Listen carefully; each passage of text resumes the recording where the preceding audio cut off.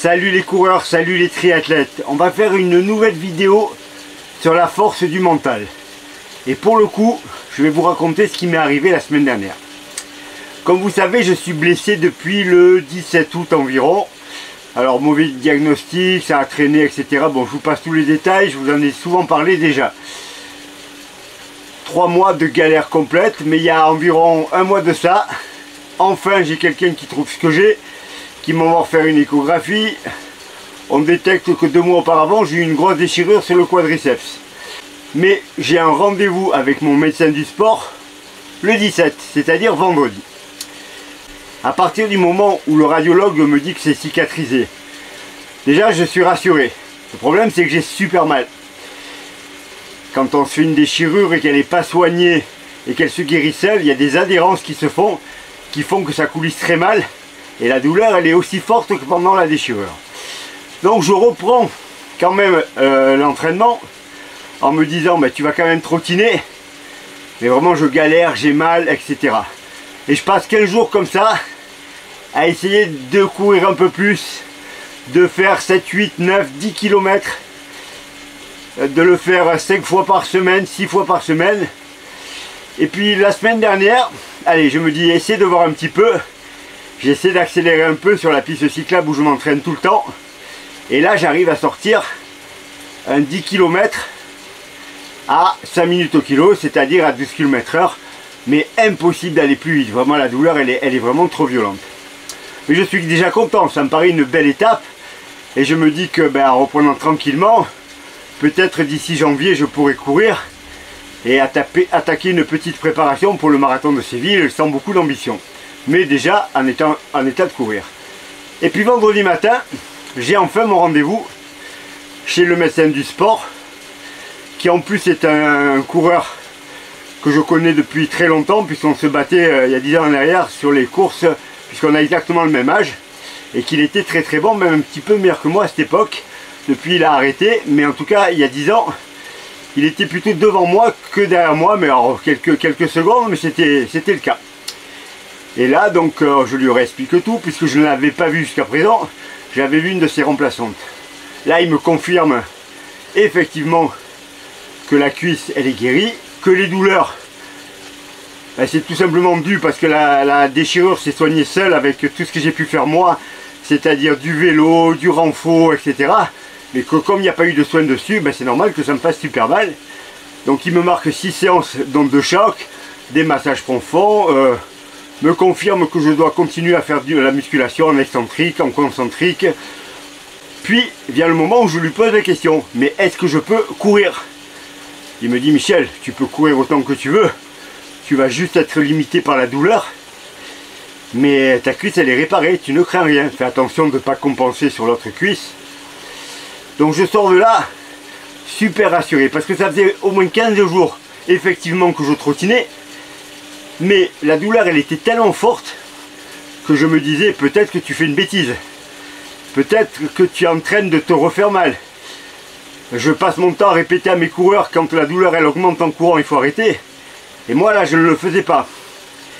Mais une fois que mon médecin du sport m'a rassuré et qui m'a dit vas-y tu peux y aller, je ne sais pas ce qui s'est passé dans ma tête, comme si un verrou avait sauté. Le soir même, je vais sur un stade pas très loin de chez moi pour faire ma séance habituelle, etc.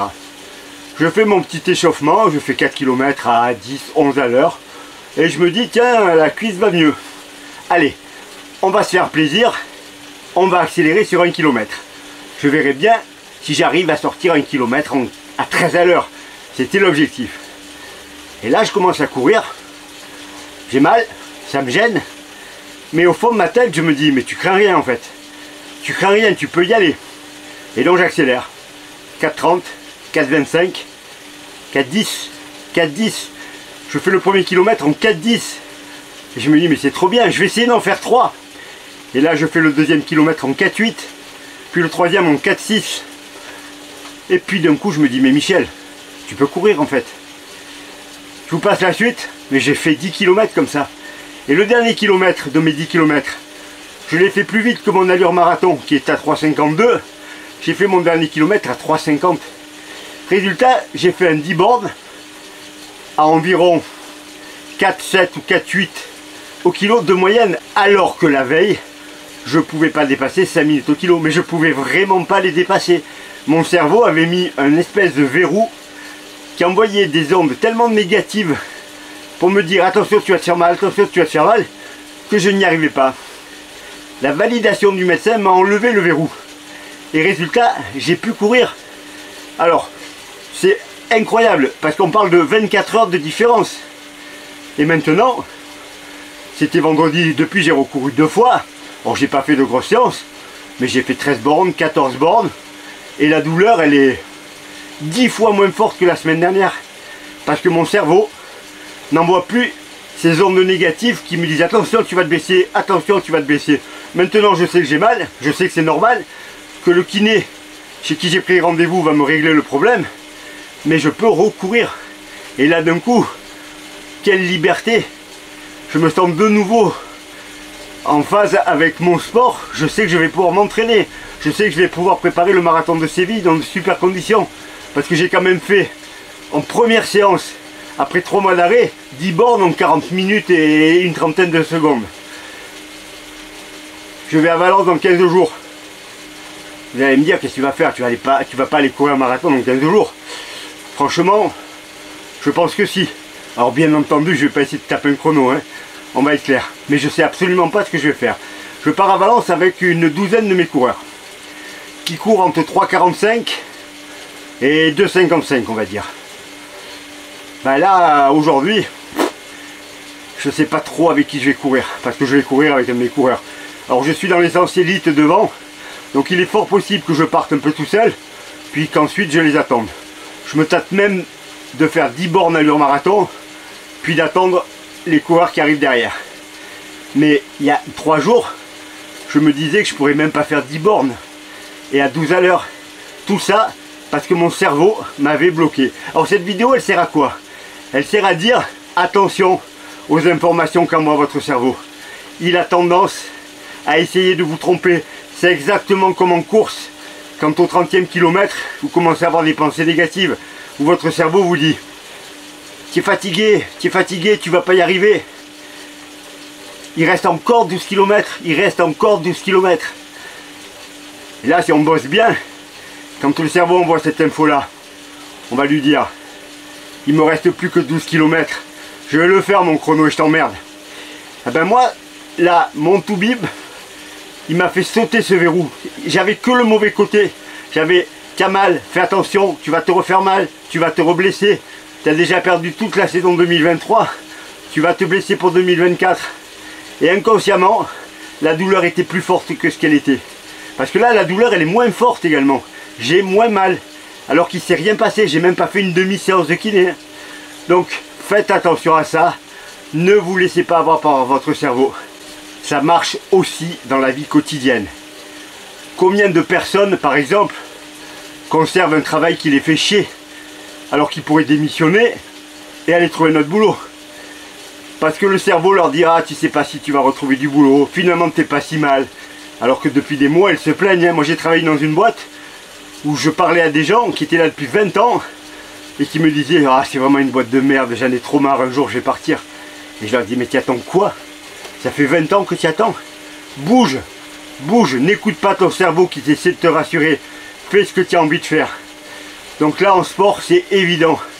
Quand vous êtes blessé, il faut vous soigner. Mais quand vous êtes soigné, il faut vous rassurer, il faut aller voir les gens compétents qui vont vous dire tu peux y aller, tu peux y aller. Et là il faut les croire. Si vous ne les croyez pas, vous n'allez pas réussir à le faire. On est tous passés par la blessure qui fait peur. Moi, au fil des années, des blessures, j'en ai eu plein. Alors j'ai eu des blessures qui, une fois parties, on n'y pense plus. Parce qu'elles sont très spécifiques. Mais par exemple, j'ai une de mes triathlètes qui s'est fait la cheville il y a 3 semaines. Dans un trou, la nuit, en regardant sa montre. On a fait une vidéo là-dessus d'ailleurs. Là, elle me dit, putain, j'ai une appréhension sur la cheville. Elle voit le moment où sa cheville s'est tordue. Elle va mettre un moment à faire disparaître cette image. Elle finira par partir. Moi, j'ai eu le problème avec une déchirure sur un mollet. En 2017, je dirais. Je fais le marathon de Salon. Et une semaine après, je fais une séance avec un de mes coureurs, un test 20 minutes, un test de vitesse critique. Je l'accompagne. Au bout de 200 mètres dans le virage, j'ai le mollet qui pète. J'ai mis un moment à le récupérer. Et depuis là, je mets des manchons. Je mets des manchons non pas parce qu'ils me servent à quelque chose, mais parce que sentir les manchons sur mes mollets me rassure. Et donc je suis mieux avec les manchons sur les mollets. Donc je le fais puisque ça ne me gêne pas. Parce que j'ai trouvé cette parade pour dire à mon cerveau, oh, t'inquiète pas, j'ai des manchons sur les mollets. Donc chaque fois que vous avez un problème d'ordre mental comme ça, trouvez une solution pour le faire disparaître. Il ne faut pas vous laisser emmerder par votre cerveau qui a vraiment tendance à vous tirer vers l'arrière, à vous dire non, tu n'y arriveras pas, etc., etc. Voilà les coureurs, voilà les triathlètes. Petite vidéo complémentaire à celle que j'ai fait l'autre jour, où je parlais de listes à faire quand on a des problèmes moraux, des inquiétudes, la liste de tout ce qui vous inquiète d'un côté, la liste des solutions de l'autre. Là on est plus sur la vraie préparation mentale et des blocages qu'on se met dans la tête.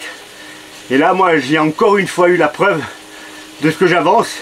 Alors c'était sur moi, encore pire, mais là je l'ai vraiment pas senti, j'avais vraiment l'impression que j'étais bloqué par rapport à la vitesse de course. C'est assez incroyable, j'ai gagné 3 km/h dans la nuit, juste parce que le médecin m'a parlé. Donc voilà, pensez-y, entraînez-vous bien, dans 15 jours vous serez nombreux sur le marathon de Valence, j'espère qu'on pourra se croiser. Si on se croise, que vous me reconnaissiez, venez me dire bonjour, ça me fera super plaisir. Et tous ceux que je connais vraiment, bien sûr venez me dire bonjour. Cette année je ne ferai pas la course, je ne serai pas devant. Mais par contre, franchement je pense que Séville, je serai beaucoup plus près que ce que je pensais l'être. Je vous dis à bientôt à tous, entraînez-vous bien, on se retrouve très vite pour une nouvelle vidéo sur l'entraînement. Je pense la prochaine fois, on va peut-être parler du 100 km, par exemple, une discipline que vous pratiquez très peu, mais qui est vraiment extraordinaire. Enfin, je suis pas sûr encore, on verra bien. A bientôt tout le monde.